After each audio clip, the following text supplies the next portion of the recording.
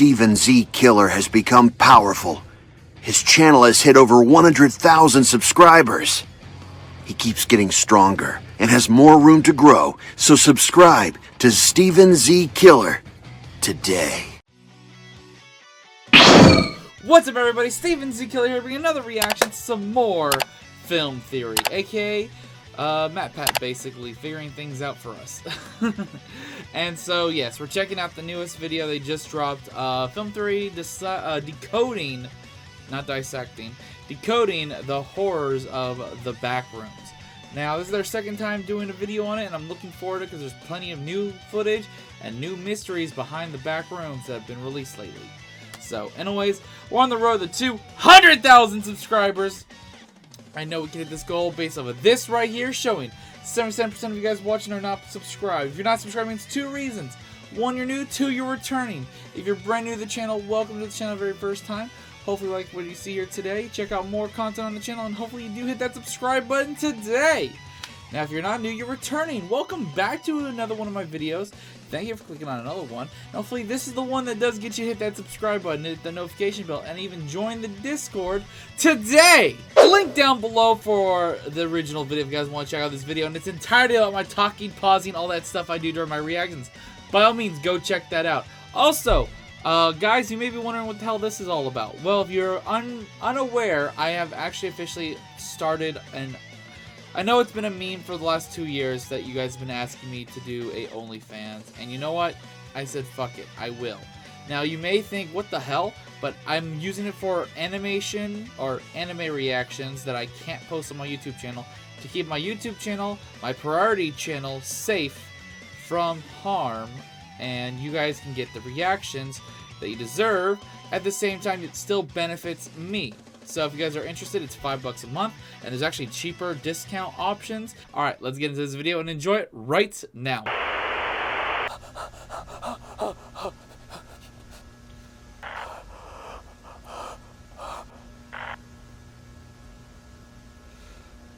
Oh God, what is this intro going to be?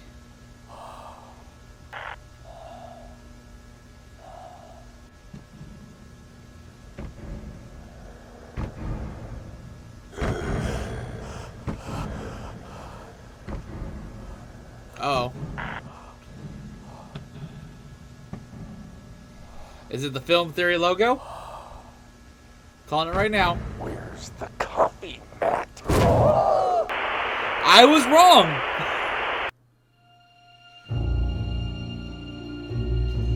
Hello, Internet! Welcome to Film Theory, the show that reminds you that all the creepiest pastas came from the 1980s. Hulk Hogan, he's got Pastamania in the Mall of America. I want to try to get a word with him. Pastamania has got all my Hulkamaniacs running wild. And I've eaten so many Hulkaroos and Hulkyous, I kind of feel sorry. Fun fact, that restaurant would go on to receive 3 That's a real thing? God damn, I did not know about that. Michelin stars. Well, I hope you carbo-loaded on that Pastamania, Hulkamaniacs, because tonight we're no-clipping once more into the Backrooms, the analog horror series right here on YouTube, produced by Kane Pixels. Last time we wandered through these jaundiced hallways, we were looking for a means of escape, a way to survive That is the true. That endless was the last maze of video. humming fluorescents and soggy carpets. But today, we're looking for something different. We're looking for...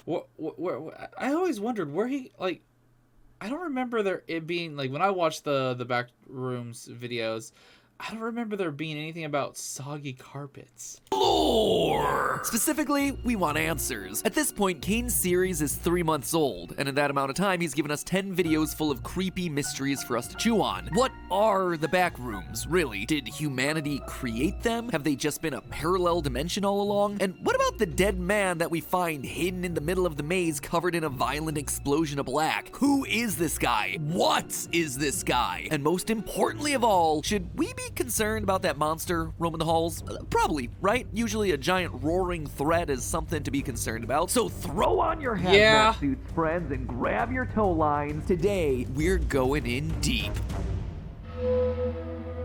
First, let's talk about timeline, shall we? Part of what makes the lore of the Backrooms so hard to crack in an initial watch is that it follows the tried and true formula of series like The Walton Files, Mandela Catalog, and FNAF, where the story is just told out of order. The very first upload of the series, Backrooms Found Footage, actually comes last in the timeline currently, September 23rd, 1996. Okay, that I did not know.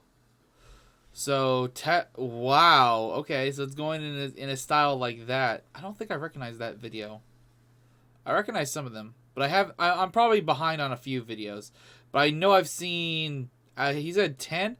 I know I've seen at least close to 7 or 8 of them. So there might be 2 videos in here I have not seen. So, through the power of reorganization, let's recap what we know in the order that we know it. Our story begins in 1982 with Async, a corporation conducting scientific research into magnetism and/or electromagnetic field generators under government contract during the Cold War. In our first video of the series, Prototype, a video that, no joke, released as I was writing this paragraph, so forgive me if I miss anything in it. We get our first of Okay, so this one just dropped as he was okay. to the series.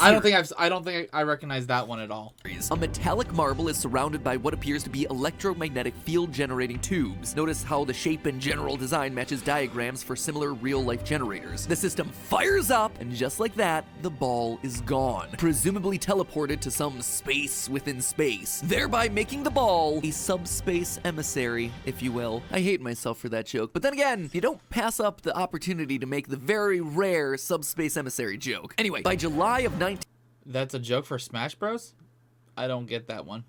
I don't know I don't know all the lore or story-wise of Smash Bros. 1988, Async, emboldened by that initial success, has given their distortion field experiments a room-sized glow-up called Project KV-31. According to the video The Third Test, the goal of these experiments was to solve, quote, all future storage and housing needs. So it seems like the foundation of our story here is that science discovers an entire other universe of endless space, and our first thought was, hey, it's a good place to store our junk. In total, Async conducts 5 failed tests to try and open a portal to this I can subspace honestly before the see 6th finally us humans proves do that. successful. On October 17th, 1989 at 5:04 p.m. Pacific, with the generator beefed up and something redacted being introduced into something else redacted, the threshold gets cranked up and blasts out a light show that seems to almost shake the facility apart. When the smoke clears, the Backrooms themselves have finally appeared on the other end. Async has achieved first contact. Unfortunately, that's not the only thing that happened. That date and time, 5:04 p.m. on October 17th, 1989, also happened to be in reality the moment a magnitude 6.9 lol hit the central coast of California, killing 63 and injuring thousands more. Oh yeah, that's right. They were actually using some real footage about that too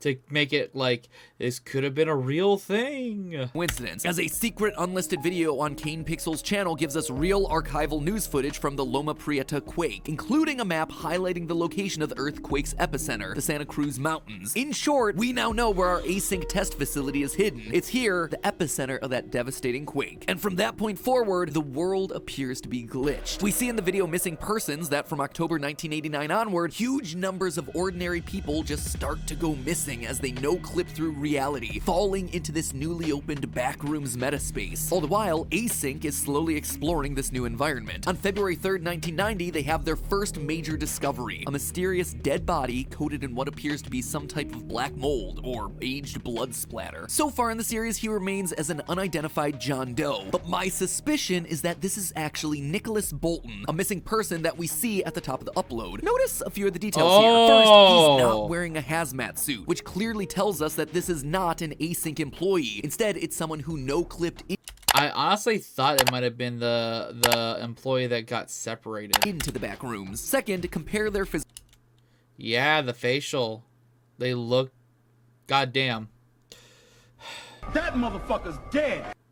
R.I.P. physical appearances. Notice the wider nose, tall forehead, the hoodie, just like we see on Nicholas's missing poster. Around this same time, we also see that Async's government contract appears to have been canceled. In the next video autopsy report, we get quick cuts of various images on a screen. One image here is the top line of a document with the words contract termination. Things aren't looking too great for Async, and they're about to get worse. Just shy of 1 month later, the 4th member of an Async exploration crew is lured away from the rest by mysterious voices in the walls and ceiling, only to see his team glitch out of space when he tries to rejoin them. Guys, do you hear this?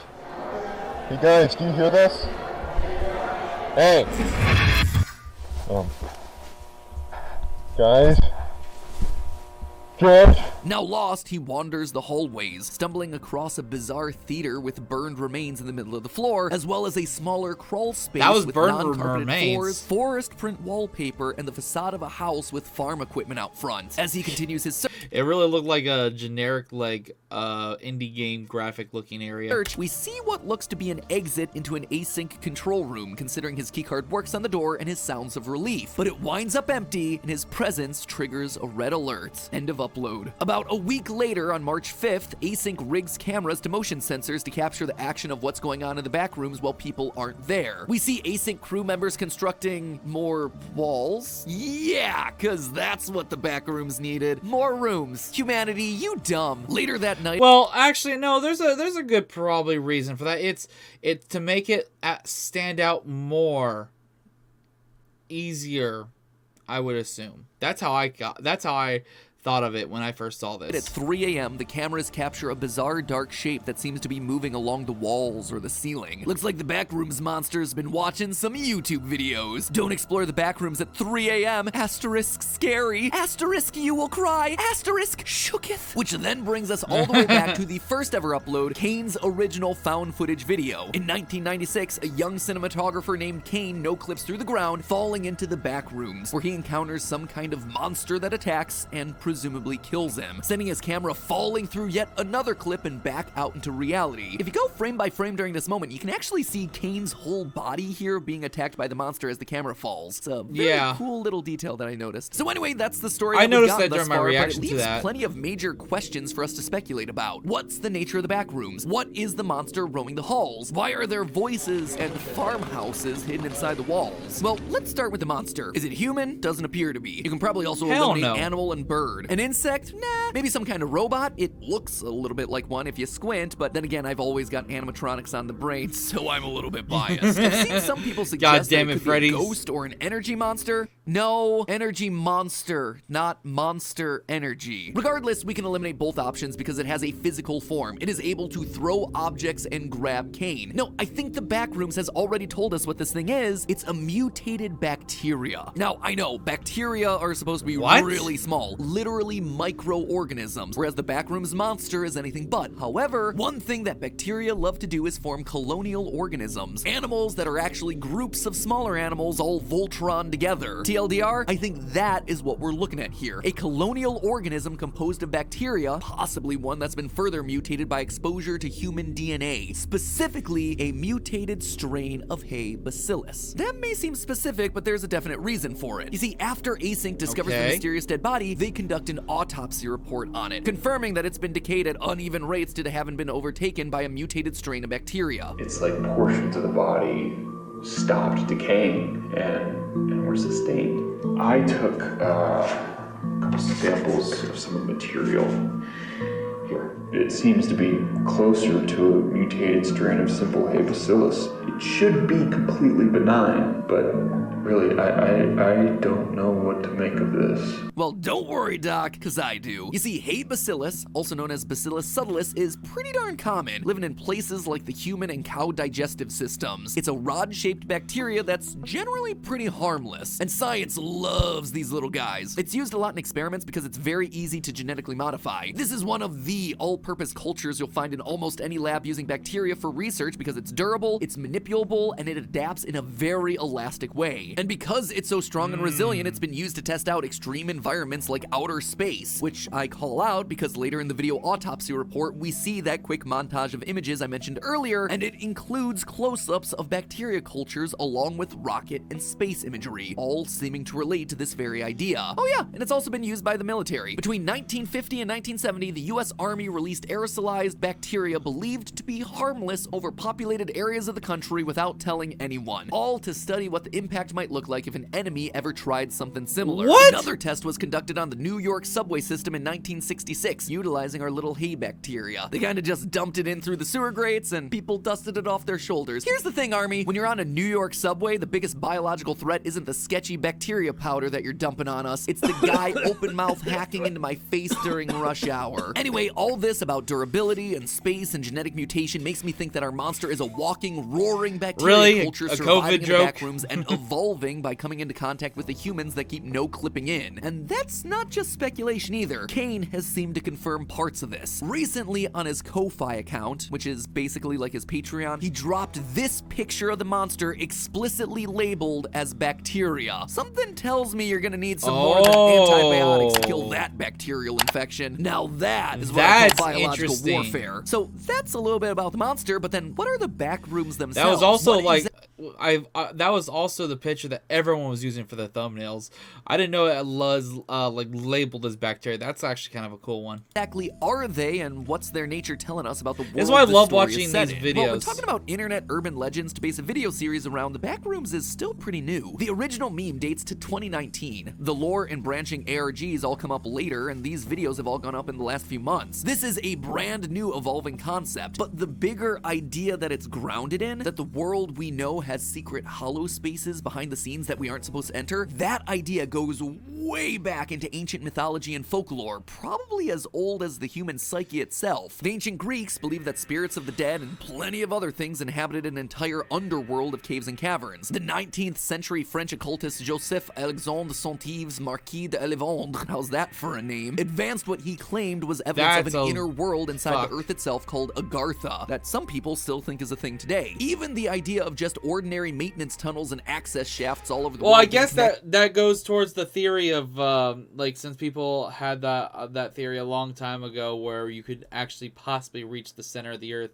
because some of it is hollow, but no, I don't think so. to a more sinister purpose was part of the background mythology in Jordan Peele's horror movie Us. Oh.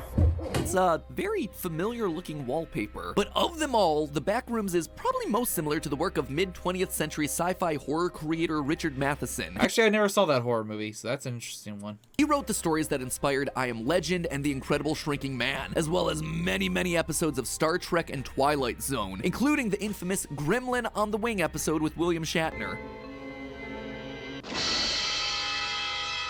But perhaps most importantly for us today, he wrote Little Girl Lost, an episode of The Twilight Zone that was so iconic it would be parodied by The Simpsons years later in one of their Halloween episodes using really expensive for the time 3D animation. It's like, did anyone see the movie Tron? No. No. Ash.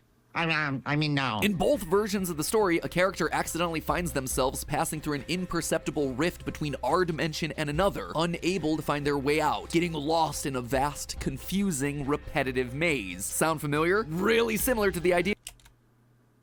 Wow. Because I remember watching that episode of Simpsons when I was a kid.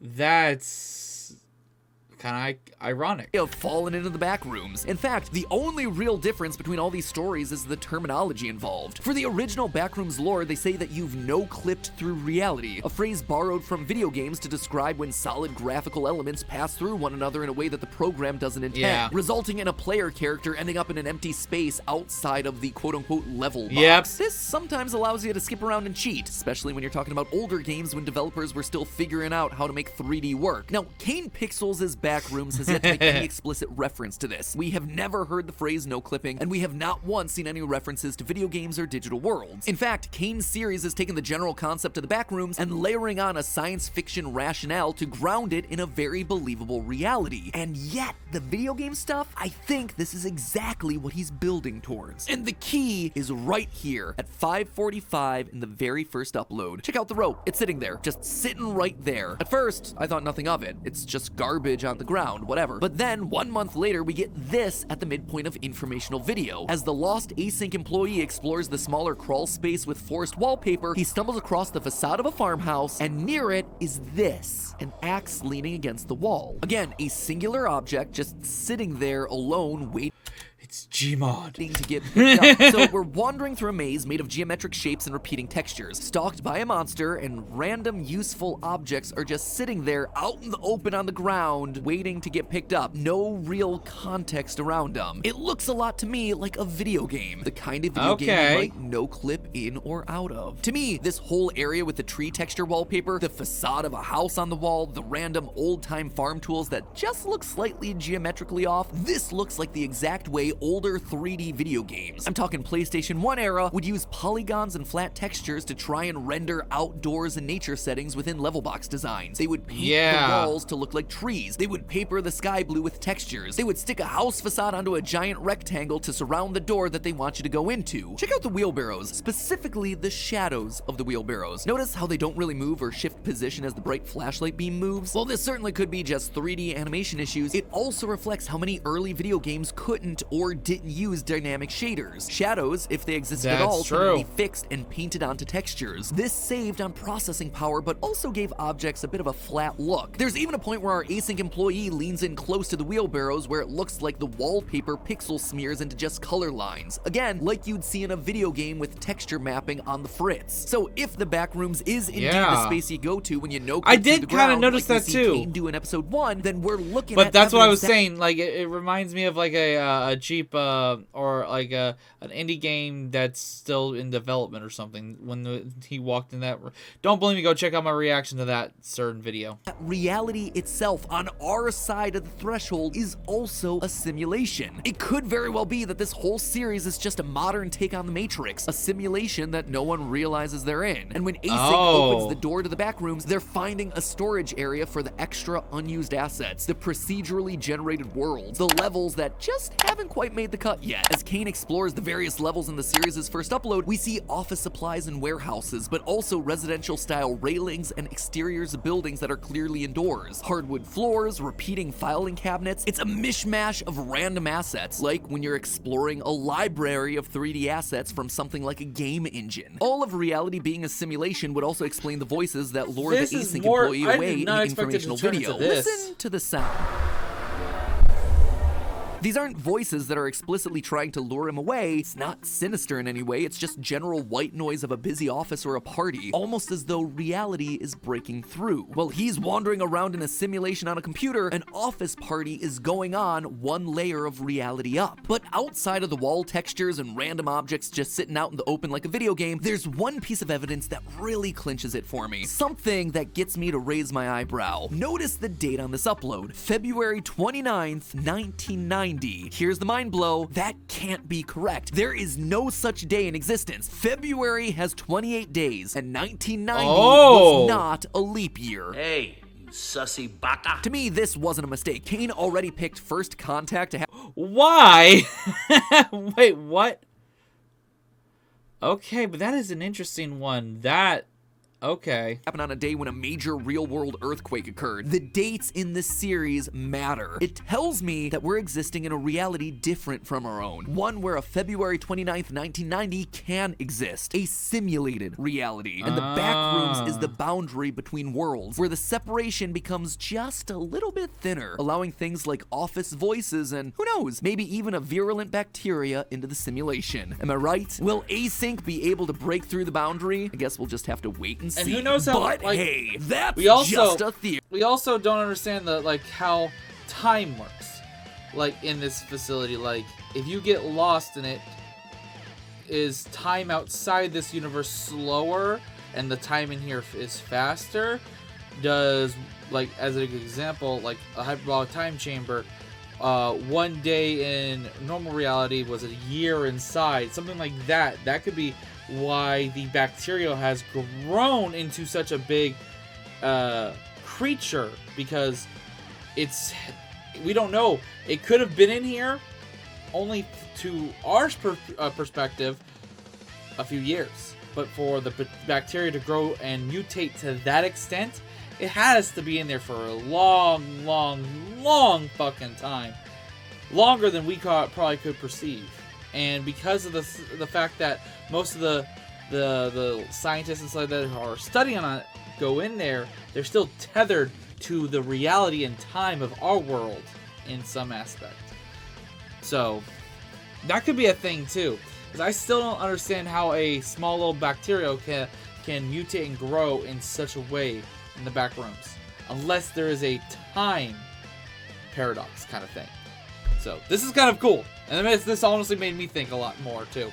Theory, a film theory, and cut. Interesting, and I'm looking forward to more. And if you guys agree or disagree with me, let me know down below in the comments what you guys' thoughts on the backdoor stuff. And if you guys enjoyed this reaction, please help me hit this goal of 200,000 subscribers. I want to hit it by the end of this year. It'd be amazing. We're closing in on 150,000 already. And I also kind of want to hit that. It's almost impossible. I don't think we can. But if we can, that would be fantastic. But 150 by my birthday, which is May 1st, would be a very, very tough thing to do.